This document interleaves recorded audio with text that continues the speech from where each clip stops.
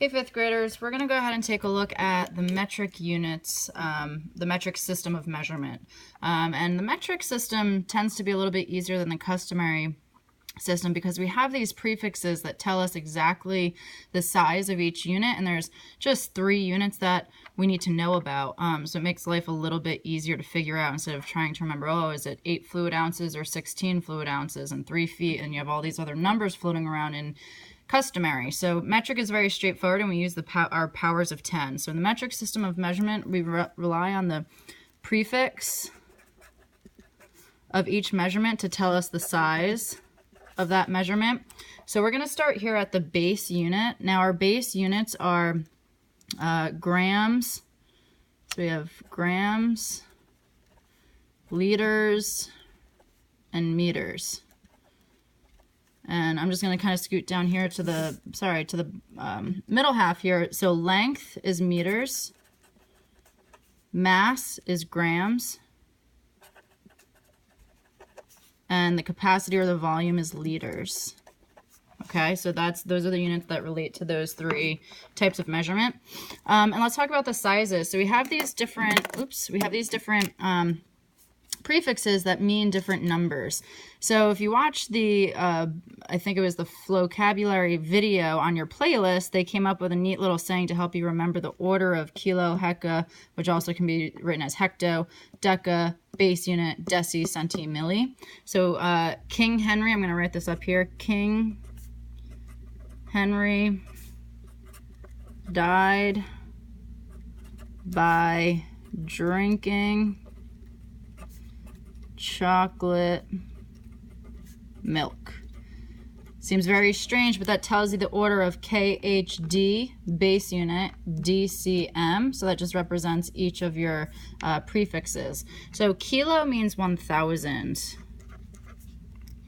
Okay. Heka is 100, and I remember that because the H in heka is like 100.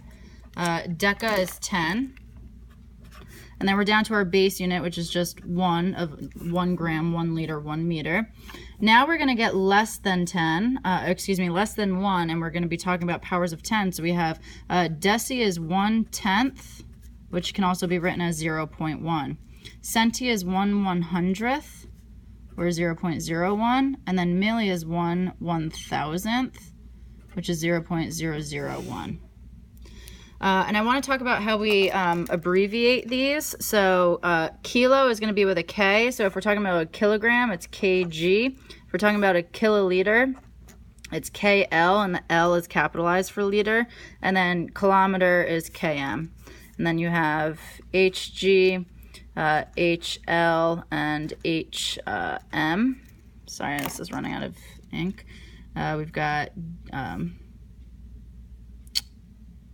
DA. So I had to think for a second. DA is the abbreviation for deca. So it'd be DAG, DAL, DAM, decameter. And then again, you have meter, gram, and liter. Liter is the only one that's capitalized. And then deci is just D, so decigram, deciliter, and decimeter. Centi is C, so centigram, centiliter, centimeter, and then M is for milli. So you have milligram, milliliter, and millimeter, mm. So those are your abbreviations for these units, kind of like quarts was QT, cups was C, fluid ounces was FLOZ. So that's what we're writing down here is those abbreviations. So now let's go ahead and create our conversion factor table. So again, kilo means 1,000, hecto means 100, deca means 10. Your base unit is 1. This is going to be 0.1, 0.01, 0.001. Okay, so that's what these prefixes mean. So a kilometer is 1,000 meters. A hectometer, so this is the same thing as a hecta, is also an option. So you have, that's 100 meters. Decameter is 10. And then 1 decimeter is 1/10 of a meter. A centimeter is 1/100th, and a millimeter is 1/1000th of a meter. So it's the same thing. We just continue using these numbers, which is what makes life easier with our metric system.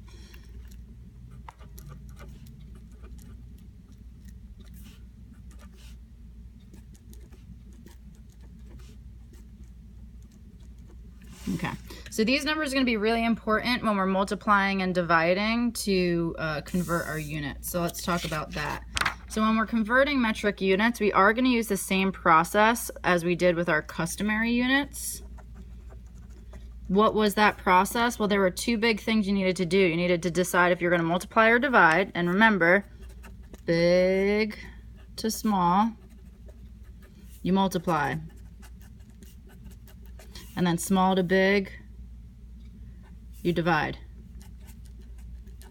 And then the next thing we need to figure out was, well, by what number? And that's when you used your conversion factors.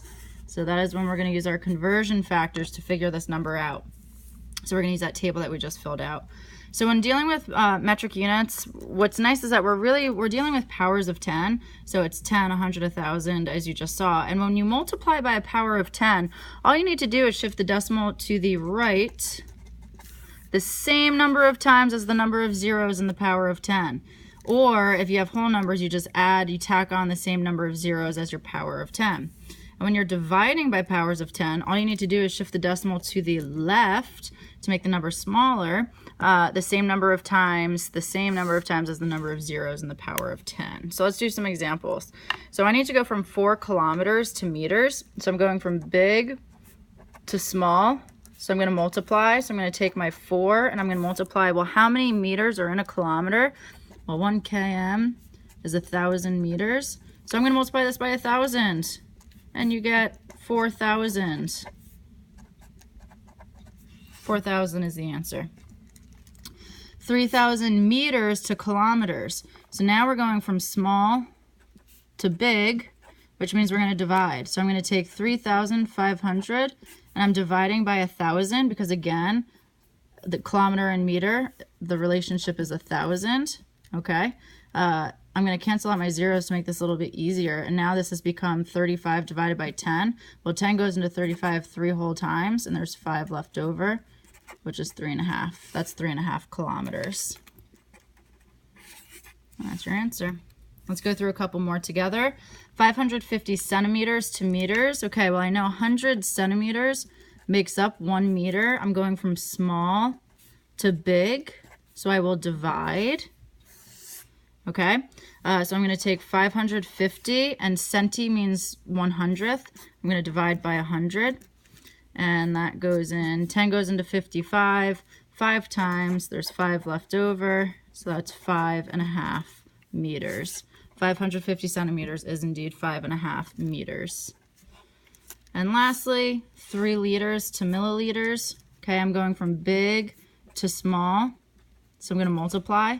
So I'm going to take liters and milliliters. Okay, so milliliters are 1,000th of a liter. So we know that 1,000 tiny milliliters makes up 1 big liter. So we're going to use 1,000 and we're going to multiply.